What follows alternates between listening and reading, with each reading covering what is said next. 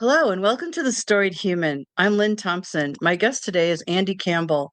He's a resilient survivor and inspirational author who has overcome numerous life altering challenges. A victim of childhood sexual abuse and bullying, the loss of his mother at an early age, and the eventual estrangement from his father, his battle with stage 4 pancreatic cancer, and the loss of his youngest son to suicide.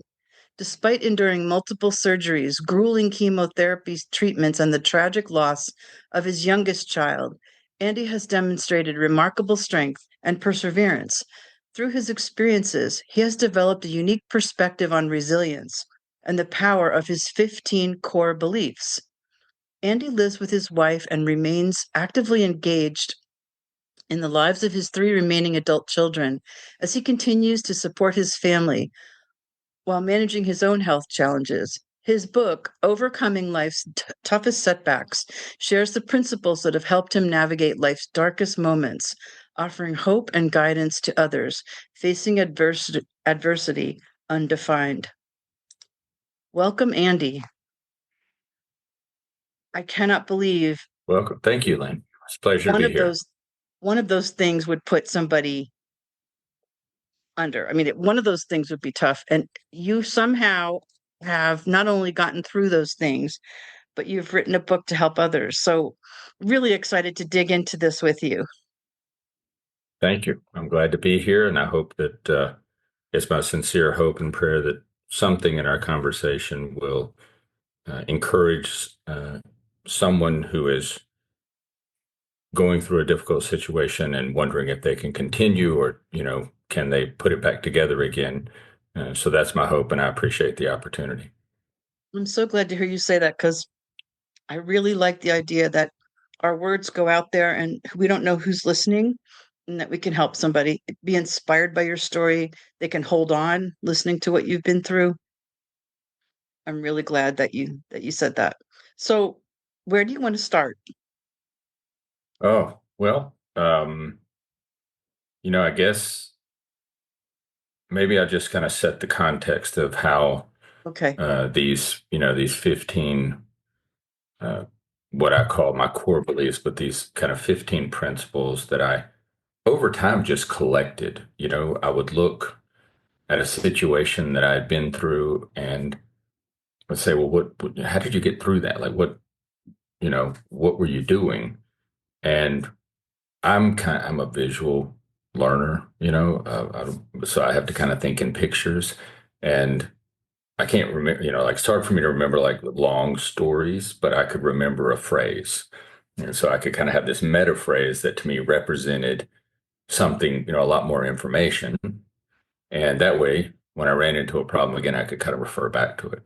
So somewhere along the way, I just started writing them down. That's And, so good. it ended up with like five. And then somehow it kind of grew to 10. And then when I got to 15, I was like, I'm not writing down anymore. Everything needs to fall under those 15. Anything else I experienced needs to go under those 15.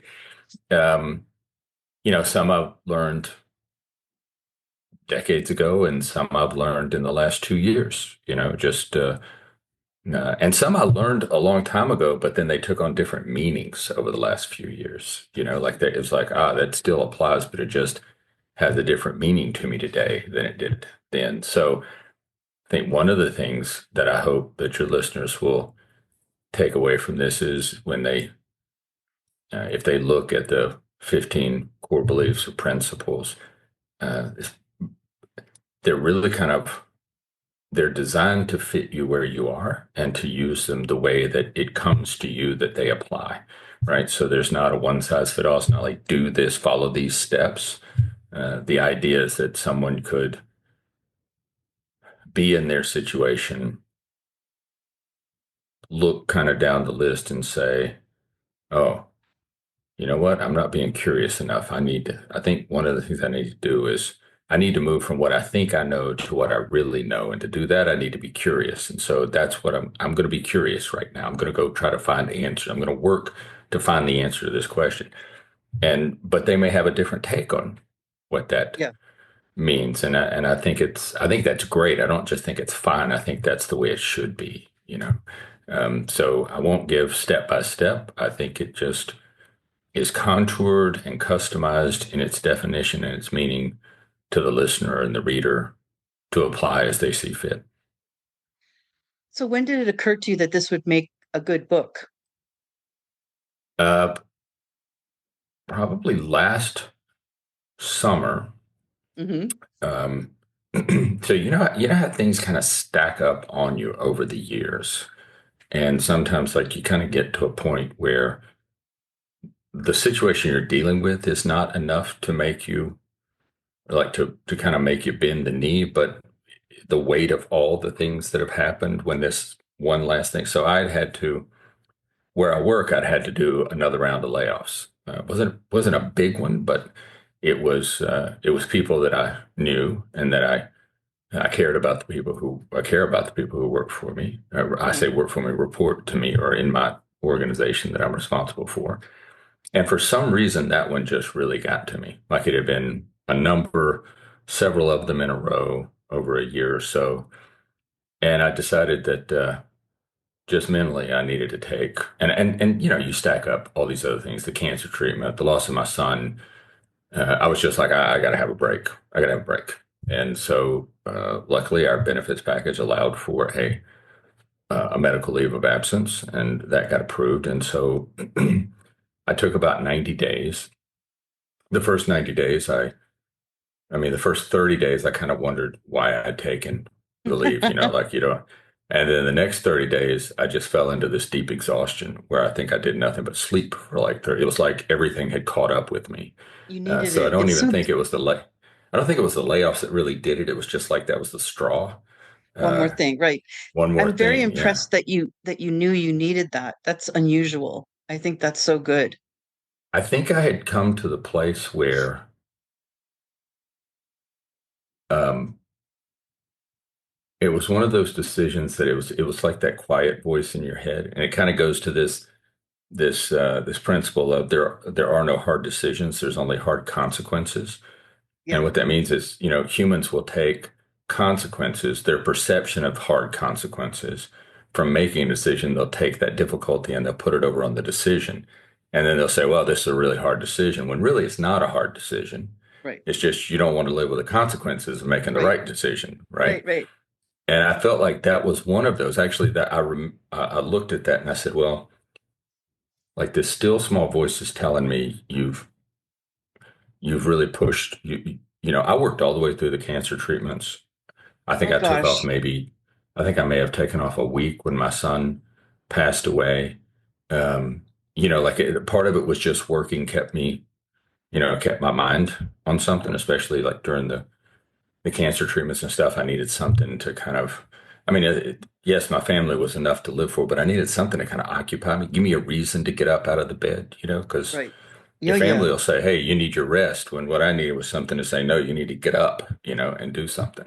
And feel And so, normal as much and as you feel, can. Right. Right. oh, yeah. I remember my wife just recently told me that she understands now why I did it. But my hair was falling out from the chemo. I never lost all my hair, Oh, but it had fallen. But enough of it came out that it reminded me I was on chemo. Now you'd say, but don't you know you were on chemo? And I was like, yeah, but there was this visual thing of yeah. like running Yeah. your hands through your hair and your hair would just be in your hand. So I shaved my head.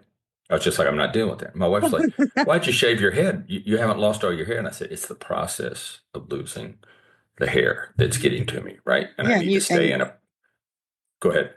You could take control of it. That's what I love about that. Yeah. Right. I needed to do something, and I knew that it was giving me a negative mindset watching that happen. Yeah. So what I could take control of was getting rid of those negative thoughts Yeah. by just shaving it off. I know It that was may great. sound silly, but it was No, like it in that makes sense moment, to it me. made, Yeah. yeah, I was like, I have to have some level of control over this thing, and I don't want to be negative. And it does, like you see your hair in your hand, you're just like, oh my God, this stuff is killing me. But if I didn't have hair, at least that was one more thing I wouldn't think about, you know? And That's a new so look and you controlled it. Right. it was me. Um, so I think what happened was I really had just I had pushed too far. And then when we did these layoffs, I think that was just like the straw. And so I had that little voice that said, Andy, you're going to need to take some time. Like you need to take some time. And and in the conversation with him, like, well, what am I going to do? Like I'm going to leave. I'm going to make less money. I'm going to have these problems. I'm not going to have my team. There's work to be done. And but this little voice just kept saying, there are things to do, and it's not that you need to do these other things. I don't know what that was really, but after a few days of thinking about it, I said, I'm going to go do this other type of therapy. And if I do that, I'm going to schedule twice a week, and I'm going to make that part of my time away. Like I'm not just going to lay around. I'm going to invest in working to do something for my mental health. Like if so, the first 30 days, I started doing that. Started going to this a different therapist for a different kind of like a hypnotherapy kind of integration with EMDR and hypnotherapy, that kind of stuff. So I was going twice a week. The first 30 days, I was like, why did you even take off? And then the next 30 days, I realized how exhausted I was. Like it just hit me because I wasn't working. All of a sudden, I went to bed and just didn't feel like it, like I couldn't get up. Like I was just, then I Crashed. started thinking, okay, you actually are exhausted. So you really did need to take Yeah. the opportunity because I'd paid for benefits for 20 years and I never really used it. I was Yeah. like, use the benefit. Um, and then in the last 2 weeks, I determined a date that I was going to go back. I felt good to go back. And my general physician and some other folks had said, you ought to write a story about all this stuff. Well, I don't really think about all that stuff, because like a lot of that stuff you put in a box, you stuff it down, you think Yeah. you're dealing with it, you just, it's like, I don't really know. It's not that big a deal. That's just life. A lot of stuff happens to a lot of people. That's just life. But in the last couple of weeks, I kind of felt this motivation to start writing stuff down.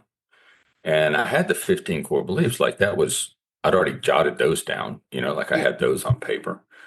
And I'm not a writer. That's not my thing. Um, and I don't really know what happened, but one thing led to another. Next thing I know, I had hired like an editor and then somebody to do a book cover and then somebody did the format. And next thing I know, it was like, it was done.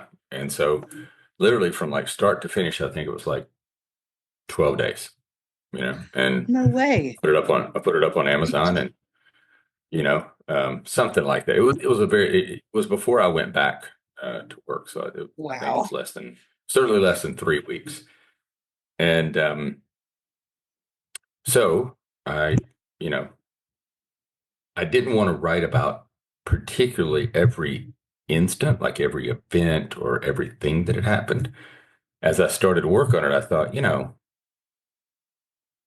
a lot of people go through a lot of things, and it doesn't matter whether, somebody has stage 4 pancreatic cancer or someone had a back surgery, of which I've had two, or they've had a physical disability or something. Like, don't get into the thing, the event, get into the principles that helped you.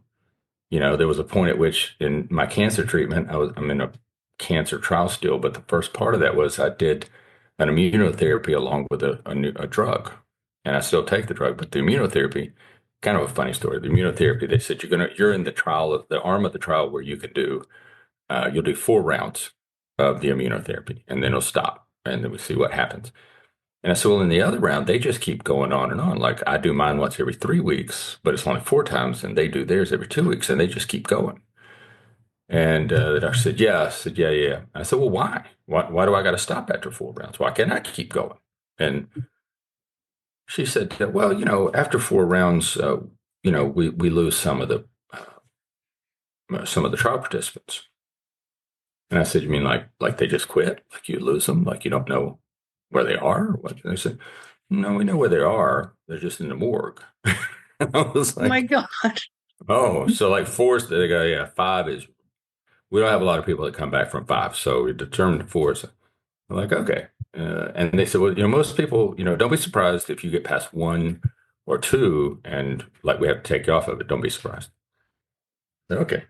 Well, I got to the third one. I was feeling fabulous. I mean, like I felt like my immune system was just jacked, and I was getting up in the morning. I felt the best I'd felt in a decade. Literally That before I got worked. to, I felt I mean, I was like, I'm feeling great. And the last week, or the week just before I went to do the fourth one, I had a little bit of like a stomach bug, but not enough to even mention to the doctors. I mean, it was just like, and it was like there and then it was gone and it was like, whatever. So I did the fourth round. Well, what it turns out is that at the latter end, before I did the fourth round, it had started attacking my intestines. I didn't realize that.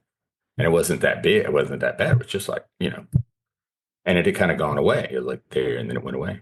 Well, when I did the fourth round, it turned on me and Ooh. almost perforated my intestines. Oh And my gosh. I ended up with, I guess it's like colitis, but basically it's like this, Mm. your immune system's attacking your own intestines. And they didn't want to put me on IV. They didn't want to put me on IV steroids because it's kind of like, well, your immune system is actually working. We want your immune system to work. We just don't want it to work this well.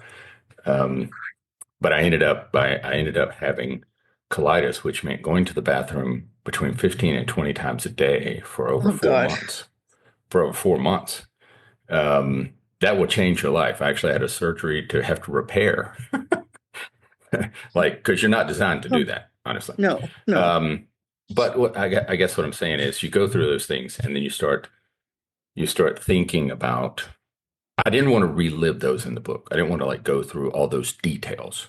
What I Yeah. wanted to say was, without going into all the details, here's some of the big things that happened. There's a bunch of little stuff along the way that went along with these big things. But what matters is don't quit. That's what matters. Yes. Don't quit. Whatever your big Right? thing is, don't quit. Whatever your big Right. thing is, and it doesn't have to compare to mine, it doesn't have to compare to somebody else's. Right. It's your big thing. It's in that moment. You've had a setback, whatever that setback is, Yeah. don't quit. And here's some ideas for you to help keep your mind facing toward the objective, right? The goal. I So that's love how I that. started. I love that. So what is it that makes somebody go through these things and want to help others and somebody else might not decide that? Not that it's bad if you don't help others, but I'm just so struck by people who take the adversity that came into their life and they want to use it to help other people. Where does that come from? Well, so that's I've never been asked that question. I appreciate that. That's a great Yay. question. Thank you. So let me backtrack just a little bit and come back, Okay. and I think I will answer it, but just let me weave a little bit to get there. Okay. That's okay. Um, when I went through the cancer treatment, I had kind of documented, and it's out on my website. So if somebody has solid tumor cancer and they want to know what I did, not a doctor, I'm not recommending anything. It's just information purpose only. These are the things that I did. Um, the reason I built the website was not because I'm a website designer or I wanted to have a website. But what happened was people would come to me and they'd say, "Wow, you're still alive and you had stage 4 pancreatic cancer. What did you do?" That's And so big time. Right. I would tell them what I did.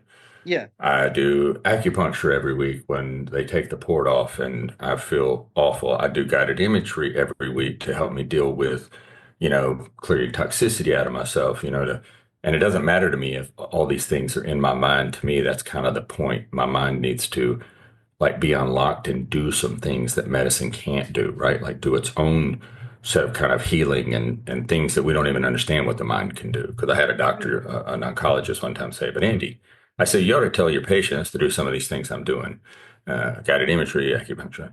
And he said, "Well, what if it's all in your mind?" And I said, "The outcome is more important than the process. So if it is all in my mind and I'm getting better, isn't that the point? Yeah. What does it matter?" But I would do all these things. I would say I do the acupuncture, I do guided imagery, I do Reiki, I do all, and then I take, these 40 supplements or 35 supplements a day, and I take these on-label medications, then these off-label medications. I do the standard of care treatment, so like and then people would say, "Andy, that's just too much. I'm not doing all that. I'm not doing that. Ooh. I'm not doing that." And I said, "Well, look, you got stage 4 pancreatic cancer, and I'm not saying this will work. But one of the things I have on my website is, and I believe this, that we were lied to as children, whether it's a fairy tale or it's a horror story, no werewolf was ever killed with one silver bullet. That's a lie. It takes a lot of silver bullets, okay? And you got to put a lot of silver into a werewolf to kill it. And that was my approach to cancer. cancer is a werewolf. I'm going to use everything I can. I'm going to take an approach that says, I'm going to do everything I can that will weaken the cancer cells. I'm going to do the standard of care therapy that will help kill the cancer cells in a weakened condition. And I'm going to do all these other things to help my own energy levels get up so I can sustain myself through the treatments, right? Like that was kind of the three-pronged approach. So I got tired of hearing people tell me that they didn't want to do all the things that I did. So I did a website, and now when people say, "What did you do?" I go, "Read the website. If you got questions, call me." Right. That way, if they kind of reject it, I don't have to deal with the rejection. Right. Like I Right. don't, because I kind of feel I want them to live too, but it's like can't solve everything.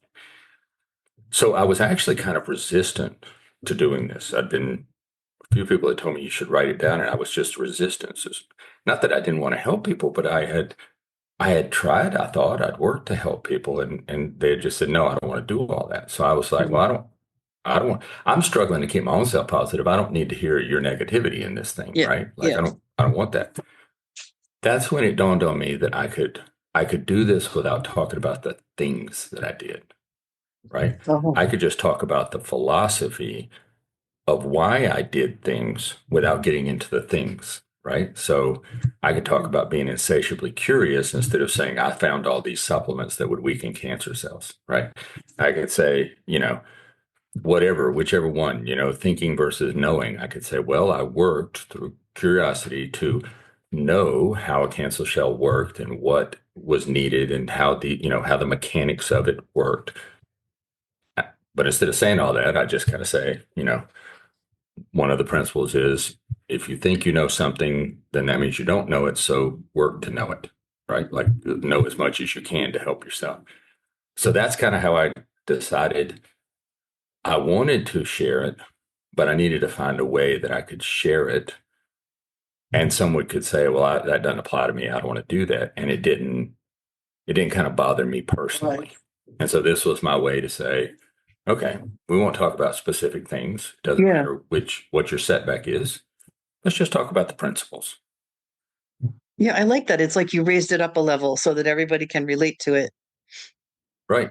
Right. And I don't Yeah. have to, and if somebody doesn't want to do one, then it's not like we're having a direct conversation. They go, no, I just refuse to do that. I'd rather die. And I'm like, well, I'm trying to stay alive. I don't want to know about you dying. Right. Like, I don't want to hear you tell me that it's just too much. Cause that kind of, I'm, I'm working to stay in the game, and, and I want to help other people stay in the game. Yeah. I think it's especially important with something like pancreatic cancer because it's such a devastating diagnosis. So when they hear about someone who actually tried all this stuff and it worked, I think it's super inspiring and people can be more positive about maybe their outcome can be different because we all hear pancreatic cancer, we get really scared, because the cure rates are not great and stage 4 is pretty terrifying.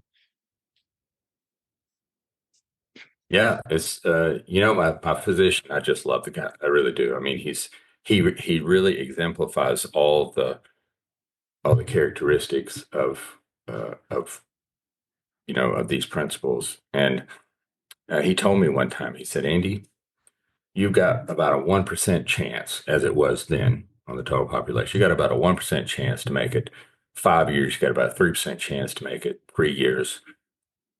But every individual's got a 50-50 chance, Andy. So your chance is 50-50 if we do this. If we do everything we can do, don't pay attention to the population because we don't know what all they did.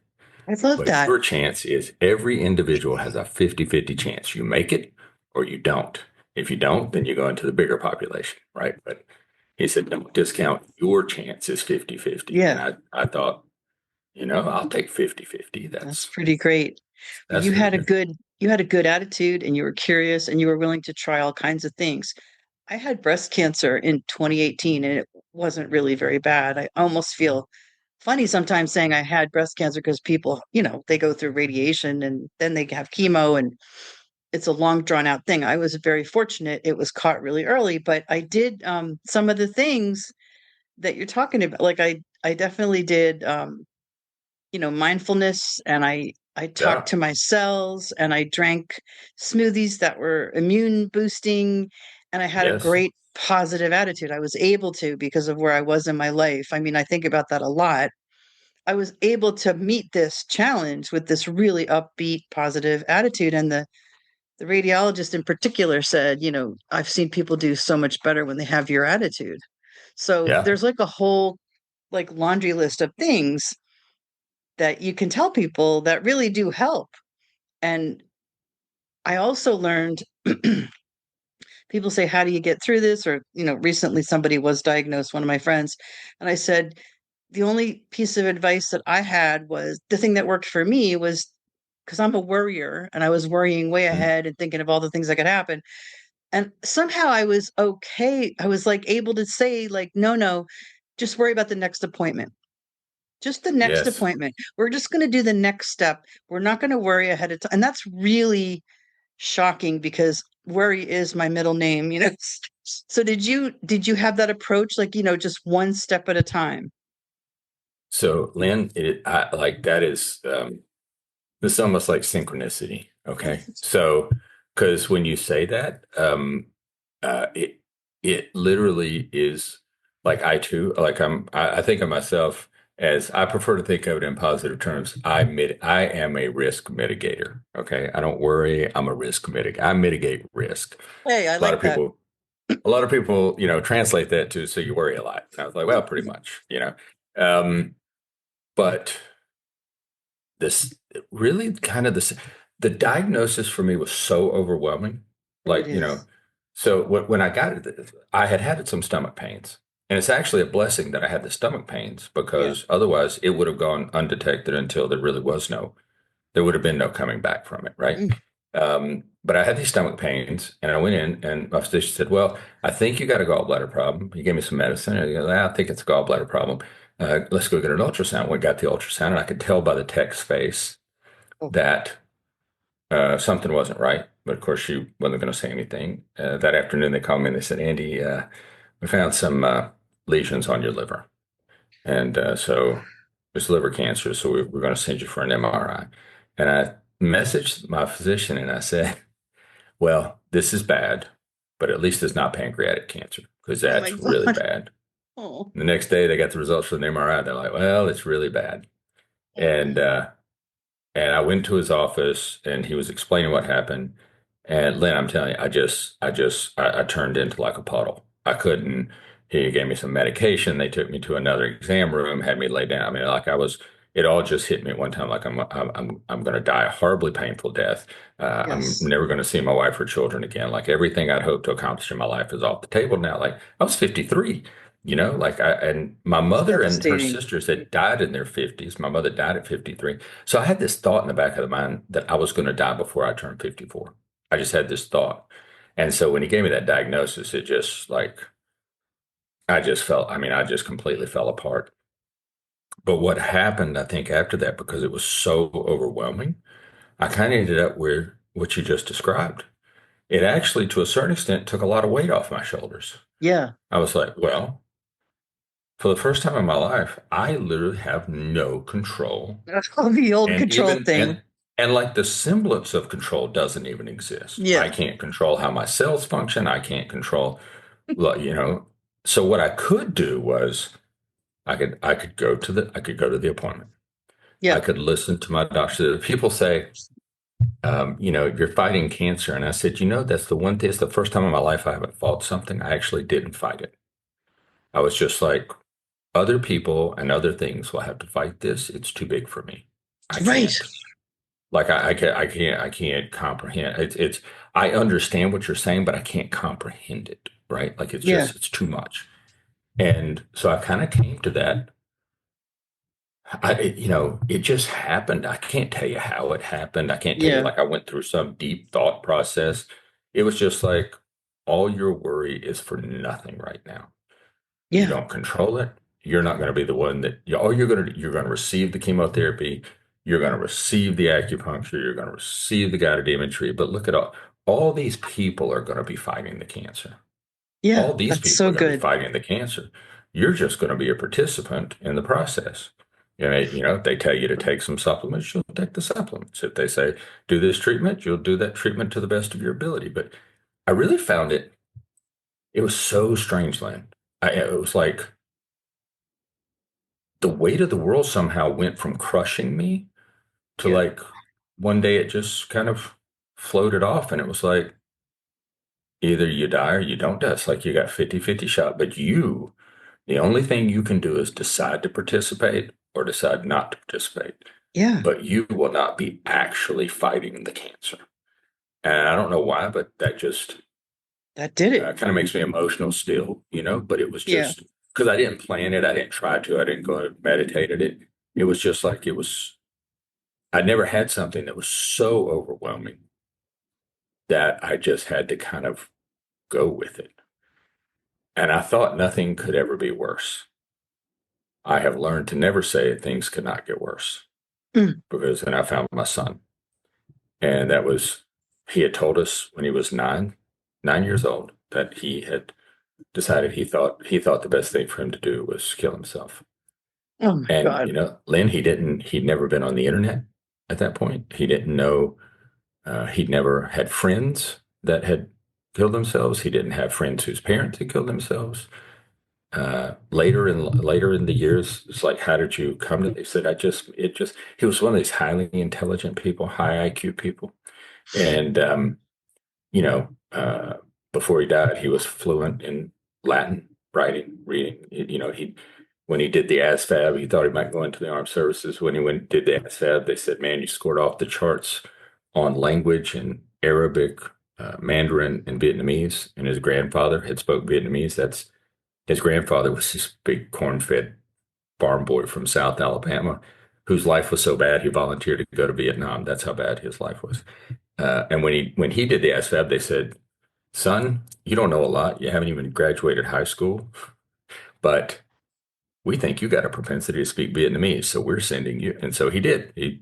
Wow. I don't know if he did it with a deep Southern accent or not because he was from South Alabama, but he did speak Vietnamese and probably saw some things that scarred him for the rest of his life because of the things that they used him for because he could speak Vietnamese. But my youngest son was the same way, and which is a blessing and a curse because to him, his level of intelligence made him so black and white about everything. There was no gray area, Lynn. It was all black and white. Mm. And so to him, he looked at it and it was like, well, you're going to die, right? Yeah, eventually. And in between, there's going to be a lot of pain. Could be some pain. Yeah. So why don't I just skip all that? Why don't I just skip all that? I'm going to die anyway. So why don't I just skip all that? And to him, that was so logical. There was no reason. He thought I was being illogical. That, it's like, why? Why? Um, but we held on to him by the ankles. His mother and I and his siblings held on to him until he was 18. And then, when he was 18, it really came down to he had to make his own decision. So that became the worst moment in my life. So now I say I don't want anything worse than that. I know there are things worse than that, even if I can't imagine them. I just don't want it, so I don't say things can't get worse. But the same thing happened then. It was so overwhelming that in some ways, it became just get to the next grief counseling meeting. Just make sure one of your other children doesn't get so depressed that they take their own life. Make sure your wife doesn't get so depressed from losing her youngest son. They were very close. He had made a promise he would never do that, even though he talked about it. He said, "I will never do that without talking to you to give you a chance to talk me out of it." But he did one day, just impulse did it. And so there was a lot of anger there. My wife, a lot of feelings of betrayal, plus just the grief of losing a son, right? I mean, a child, any child. So, my focus kind of rotated to that, but it was so overwhelming. You have to take it one step at a time, because if Yeah. you looked out and you said, where am I going to be 4 years from now? Oh my God, that would just be, then you would want to kill yourself. You're like, I don't want to, Right. I can't comprehend that. Right. So it was really like back to the cancer, exactly as you described it. It was like, it's like, I can't do this all at once. I can't even think. I can't. I would have to think out past today to worry about it, and I can't really see how I'm going to get through today, so I can't worry about it. So I'm just going to focus on right now. It's probably the only time in my life I was ever in the moment, because I was prevented from it, right? Right. So I know that's a long-winded answer to your question, but I hope that gives you the answer or I an just, answer. it hurts me so much to think about what you all went through. It was, And we have friends who went through the same thing, and there's such a, it doesn't make any sense. It's so hard to wrap your arms around it. it. I would have two pieces of advice for parents who have children who have suicidal ideation. One, uh, do your best for them not to read Nietzsche. My son he loved philosophy. He read Oh, everything. He read the yes. Bible end to end. He read Marcus Aurelius's diaries. He read all the Greek philosophers. He you know he read all the philosophers. But Nietzsche uh, is not a philosophy. It's fine if you're in a good mental state because you can debate, you can believe some things, you can think, well, that philosophy might be good here, but not there. But when you're in a dark place, Nietzsche does nothing but reinforce that, being alive is not, I mean, ultimately what people take away from it is, God is dead. And is there really any point to this whole thing? Not my paraphrasing. I know there's more to it, so your listeners don't have to message me and tell me there's more to it. I'm just saying that it's not a Yes. positive. It's not a positive. And he himself had a lot of physical problems. He had a lot of relationship problems. There were reasons why he came to that conclusion. So I would say, and I really wouldn't have somebody read Marcus Aurelius's diaries because if you're in a dark place, Stoicism is I like Stoicism. I like that philosophy. As one person reminded me, though, those were his diaries. He never thought they'd be published and influence people. Those were just like his private diaries Yeah. that he wrote for himself. So I wouldn't really want somebody reading my diary and then saying, "Man, we should use Andy's philosophies to." It's like that was my diary on a bad day. But I think we have to be careful what we put inside our minds when we're not in a good place. So if I had known then, I would have said, hey, maybe we should read Dostoevsky. Maybe we should read Carl Jung. Maybe we should, we would, but you're not aware of what you're not aware of at the time, and you don't realize the impacts of some things, which You is couldn't have known that. Right. couldn't have known that. Um, But that's another thing that I learned along the way. When you're going through any of these setbacks and you're coming out of it, there is some grief over. There was grief over cancer. There was grief over, being sexually abused as a child. There's grief over the loss of the son. I had a therapist one time tell me about my son. I was telling her all the things that I thought I could have done that would have prevented it, and she said, "Why do you think anything you could have done wouldn't have made it worse?" And I said, "Well, no, no, no, no. All the things that I'm thinking of would have stopped him from committing suicide. They would have made things better." And she said, "Why do you believe that? You believe that because you're limiting the possibilities. Maybe you did everything that you knew to do that you could do. And if anything had changed, it would have made it worse. You don't know that." And I thought that was a good piece of advice because she listed out a number of things that could have gone worse. And I was like, well, yeah, actually, that would have been worse. Um, and that helped me. And I would petition others to not spend a lot of your time thinking the one thing you could have said or the one thing you could have done or the one act you could have taken in any of these setbacks because you did what you thought was right at the time. Right. And That's you so don't good. know. That's You a just golden don't nugget know. right there. Right? And it's just so human to focus on that and beat yourself up, but we're not in control. They were back to the control thing. We're not controlling it. We couldn't control it then. It's painful to accept that, but I think that's great that your therapist put it that way because kind of pointing out you didn't you didn't know which way it would go. You It's didn't only know. in And hindsight that you have this idea that you could have helped. it's only with hindsight could you have that idea, right? So, Exactly. her point was, well, you only think that now because you know how things played out.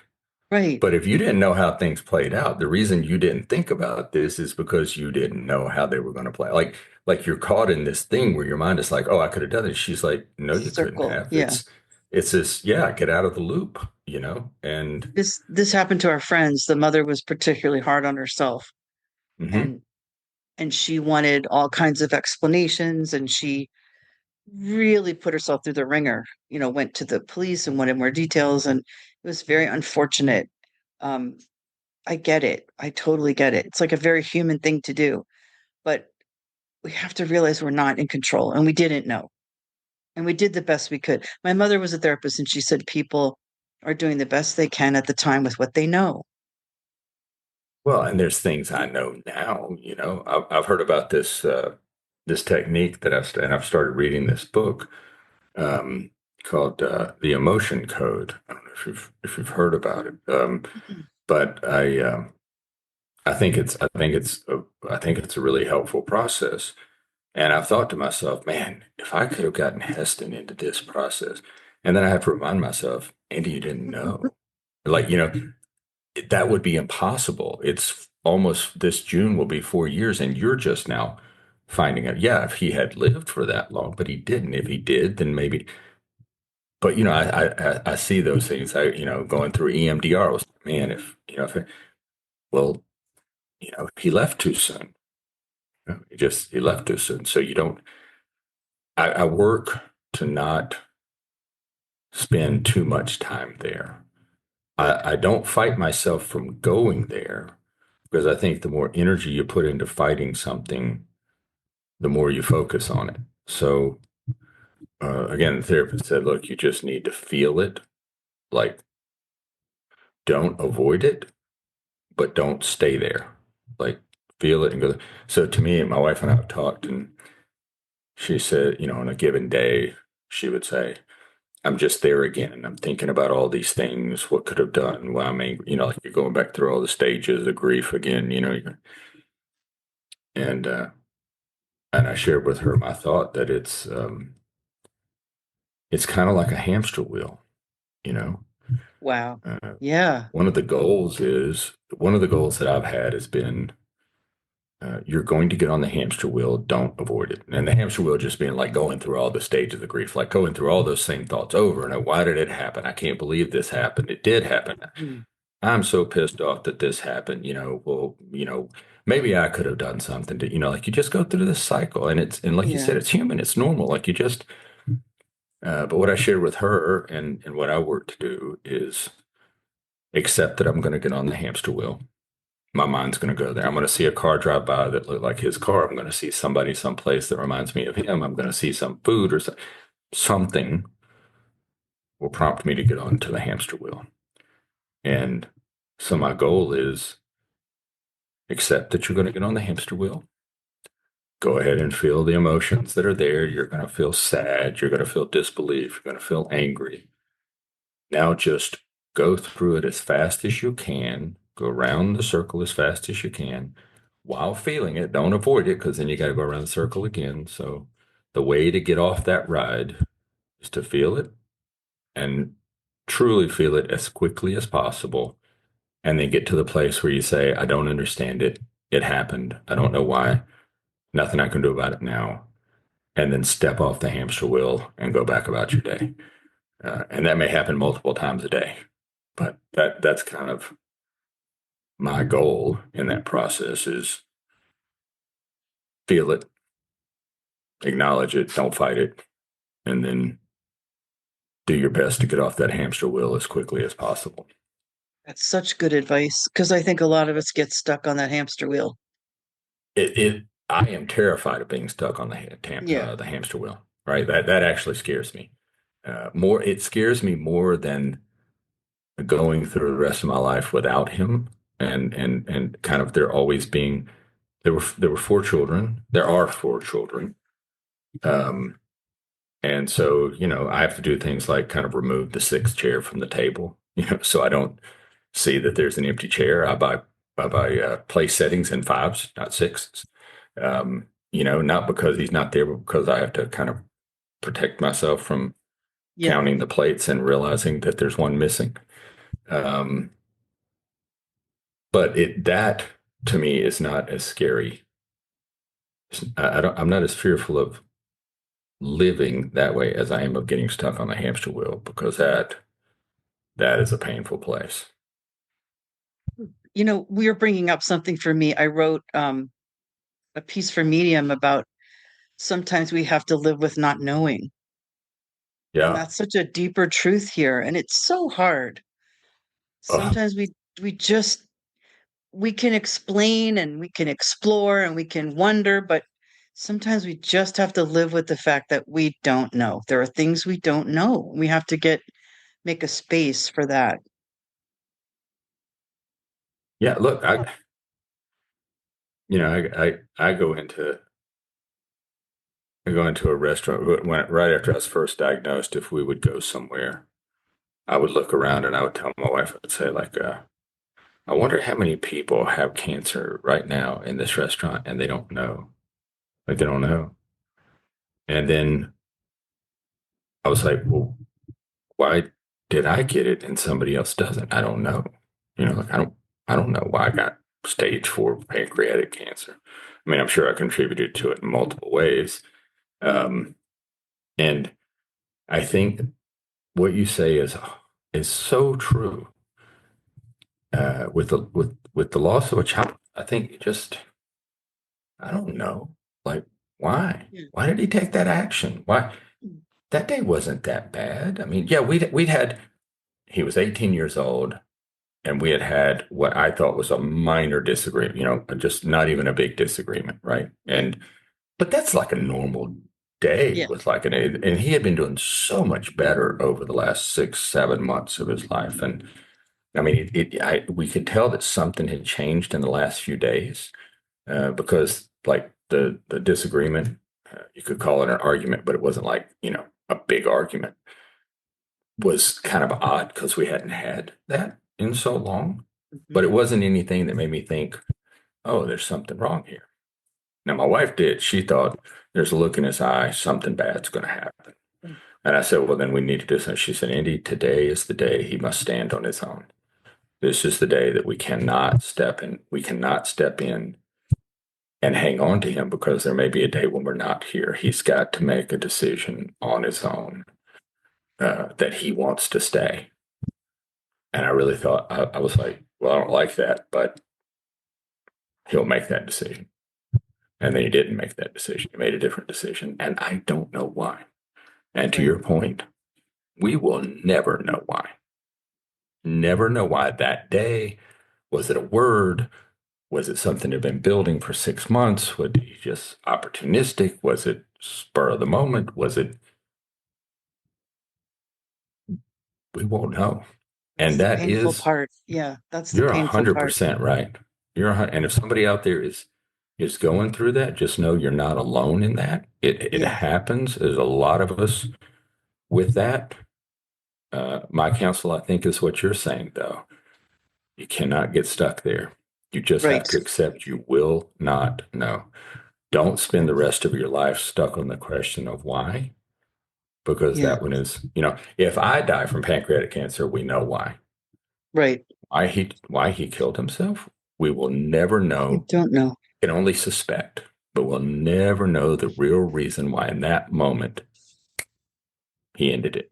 And it is a very painful thing to not It's know. horrible. It's horrible. There's a mystery to these things, and people try to explain it away. I mean, that's why there's all these, sayings that people say to you and these convenient explanations. But I think when you push a little bit, or you've been through a lot like you have, and I've been through, I lost my mother really Yeah. kind of young, and I've been through enough to have more compassion and ask more questions. And that's what I bumped up against was I can't know. I can't know this. I have to live with not knowing this. Maybe it's, then we're just not designed to know all those things. I don't Right. know. I don't know either. Yeah. I know we must be designed in some small way to be able to accept it, but it's really hard to get there. I think, It you know. is. It So, is. like I said, I would just say for people who may be struggling with that, don't beat yourself up. The rest of us struggle with it too. You Yeah, know, I think you're not that's what alone. I'm getting to from you is stay connected to other people. That's really important. And that we are all going through this. We're all stepping through life and we're not that different. No, These things are important. So, is there anything else that we haven't talked about that you would like to include? I don't know. For me, Lynn, it's been a great conversation. I hope I haven't rambled too much. No, It's I let been, you talk I've been, because I like what you were saying, and sometimes I talk more. It's just depends on the person. But can you remind us about your book, like what it's called and how we can get it? Because I will put that in the show notes, but I like to have people speak it too, and not everybody reads the show notes. yeah, the name of the book is Overcoming uh, Life's Toughest Setbacks. Uh, 15 core beliefs to turn challenges into opportunities. And it's on Amazon. Good. Some people have said it doesn't come right up in the search, so I would point you back to the show notes because there is a link there. It'll get you to it. Okay. But Good. yeah, and then my website is askandycampbell.com. AskAndyCampbell.com. I love that. Thank you for sharing with me. I feel so touched by your story.